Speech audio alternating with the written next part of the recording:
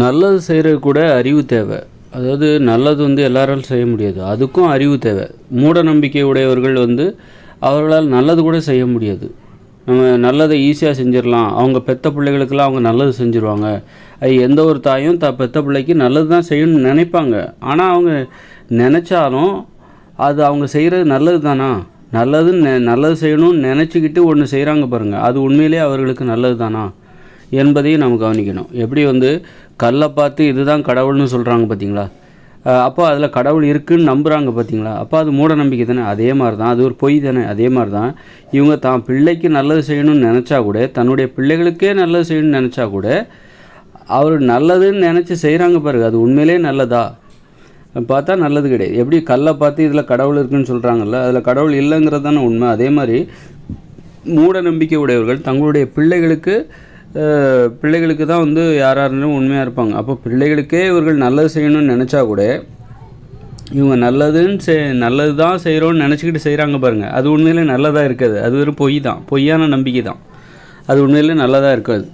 அதனால் அறிவு என்பதை வளர்த்து கொண்டால் தான் பகுத்தறிவு என்பது இருக்க வேண்டும். மூட நம்பிக்கை நம்மக்கிட்ட சுத்தமாக இருக்கக்கூடாது. அப்போ தான் வந்து நம்மளால் நம்ம பிள்ளைகளுக்கே நம்ம நல்லது செய்ய முடியும். நாம் செய்கிறது உண்மையிலே சரியானதாக இருக்கணும், சரியானதாக இருக்கும். எப்படி வந்து இப்போ கல்லை பார்த்து இதில் கடவுள் இருக்குது அப்படின்னு நினச்சிட்டு அதுக்கு வந்து திருவிழாலாம் கொடுக்குறாங்க, திருவிழா செலவு பண்ணி. உண்மையிலே அது வெறும் சிலை தான், அது வெறும் மண் தான், அது வெறும் கல் தான். அதில் இவங்க இருக்குதுன்னு நினைக்கிறது எல்லாமே பொய் தான். அதே மாதிரி இவங்க நல்லது செய்யணும்னு நினைக்கிறாங்க பாருங்கள், அது உண்மையிலே நல்லதாகவே இருக்குது. மூட நம்பிக்கையுடையவர்கள் எது செஞ்சாலும் அது வந்து அதில் அழிவு தான் இருக்கும், அதில் நல்லதே இருக்காது, தப்பாக தான் இருக்கும். அதில் உண்மையிலே வந்து அவங்க பிள்ளைகளுக்கு நல்லது செய்யணும்னு நினச்சி செஞ்சால் கூட, பிள்ளைகளுக்கே நல்லது செய்யணும்னு நினச்சி செஞ்சால் கூட அது உண்மையாக நல்லதாகவே இருக்காது என்பது தான் நான் இதன் மூலம் கூற வருகின்ற ஒரு செய்தி.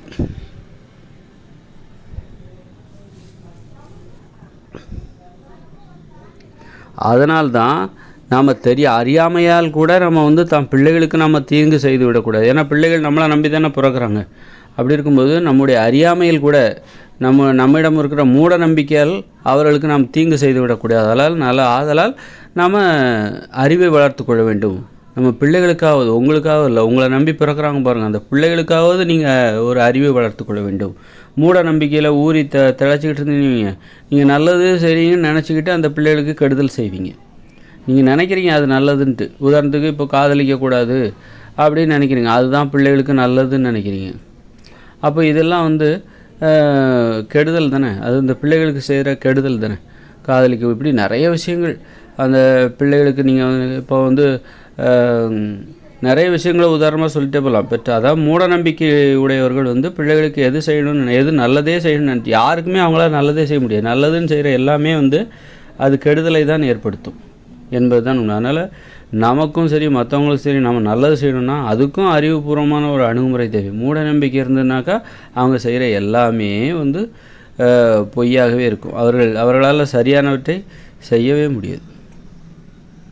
உதாரணத்துக்கு இப்போ பார்த்திங்கன்னா ஆங்கில மோகம், தாய்மொழி வழியில் கல்வி கற்பதை வந்து கேவலமாக நினைக்கிறாங்க. பெற்றோர்கள் தங்கள் பிள்ளைக்கு நல்லது செய்யணும்னு நினச்சிட்டு கல்வியை வந்து அரசாங்கம் இலவசமாகவே கொடுக்குது, கட்டணம் இல்லாமலே கொடுக்குது. அப்படி இருந்தும் பிள்ளைகளுக்கு நாம் நல்லது செய்யணும்னு நினச்சிட்டு அவங்க செலவு பண்ணி ஆங்கில வழி பள்ளிகளில் கல்வி கற்பிக்க ஏற்பாடு செய்கிறார்கள்.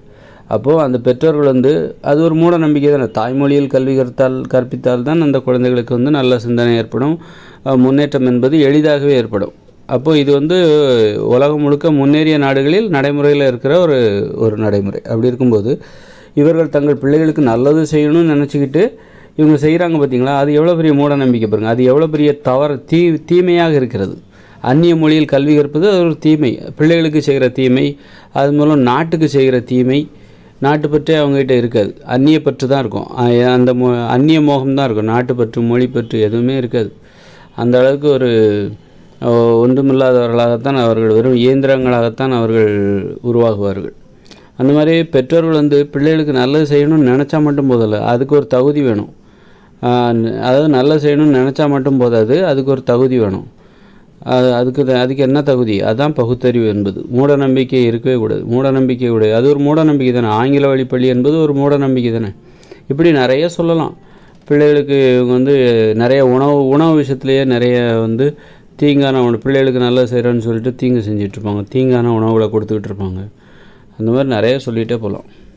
அதனால் ஒரு நாட்டுக்கே கூட, நாட்டை ஆளுகிற அரசாங்கத்திற்கு கூட தன் மக்களுக்கு நல்லது செய்யணும்னு நினச்சா அதுக்கும் அறிவு தேவை. மூட நம்பிக்கை நிறைந்த ஆட்சியாளர்களால் இந்த மக்களுக்கு நல்லதே செய்ய முடியாது. எப்படி மூட நம்பிக்கை நிறைந்த பெற்றோர்களால் இந்த பிள்ளைகளுக்கு நல்லதே செய்ய முடியாதோ, நல்லது செய்யணும்னு நினச்சாலும் நல்லதே செய்ய முடியாது. அதே மாதிரி தான் இந்த நாட்டை ஆளுகிற ஆட்சியாளர்கள் இருக்காங்கள்ல, அவங்க இந்த மக்களுக்கு நல்லது செய்யணும்னு நினச்சாலும் நல்லதே செய்ய முடியாது. பாருங்கள், ஆயிரக்கணக்கான கோடி பணம் இந்த கல்விக்காக செலவிடுகிறார்கள். ஆனால் பார்த்திங்கன்னா ஆங்கில வழி பள்ளிகளே அரசு பள்ளிகளிலே இப்போ ஆங்கில வழி பள்ளி தான் ஆதிக்கம் செலுத்துகிறது. தமிழ் வழி பள்ளி இன்னும் ஓரிரு வருடங்களில் இல்லாமல் போய்விடும். அப்போ பார்த்திங்கன்னா ஆயிரக்கணக்கான கோடி ரூபா பணத்தை மக்கள் வரி பணம், இதெல்லாம் மக்களுடைய பணம். அரசாங்கம்னா தனியாக அவங்களுக்கு பணம் வருது, மக்கள் தான், மக்களே மக்களுக்கு செய்து கொள்கிறார்கள்.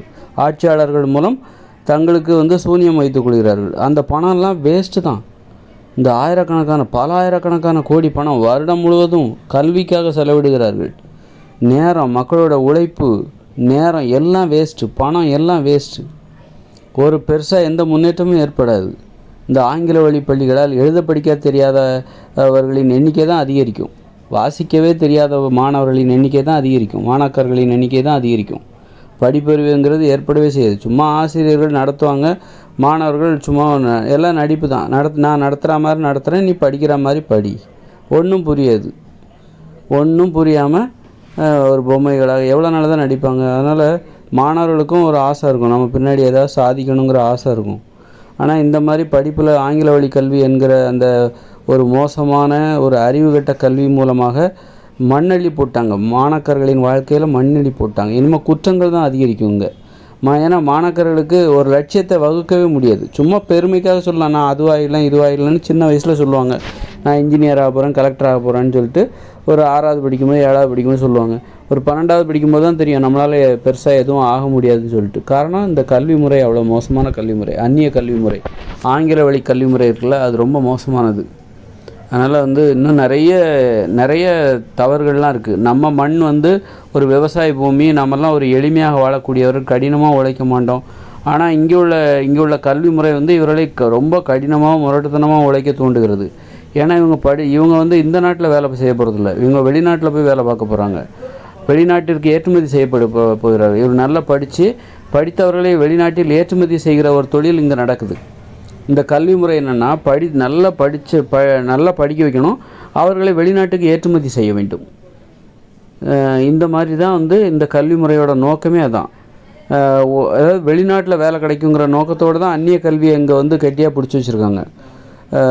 இந்தியாவில் எங்கே போனாலும் இந்தியை ஏன் வேணும்னு கேட்குறாங்க. ஹிந்தி படிச்சுக்கிட்டாக்கா இந்தியாவில் எங்கே போனாலும் பிழைச்சிக்கலாம். ஆங்கிலத்தை ஏன் படிக்கிறாங்க? ஆங்கிலம் படிச்சுக்கிட்டா உலகம் முழுக்க எங்கே வேணாலும். அப்போ இங்கே ஒரு ஏற்றுமதி நடக்குது. என்னென்னாக்கா படித்தவர்களை ஏற்றுமதி செய்கிற ஒரு தொழில் வியாபாரங்கிறது இங்கே நடக்குது. படித்தவர்களை வெளிநாட்டுக்கு ஏற்றுமதி செய்தல். அப்போ இந்த நாடு எப்படி முன்னேறும்? படித்தவங்க எல்லோரும் வெளிநாட்டுக்கு போயிட்டா வெளிநாடு தான் முன்னேறும். நம்ம நாடு எப்படி முன்னேறும்?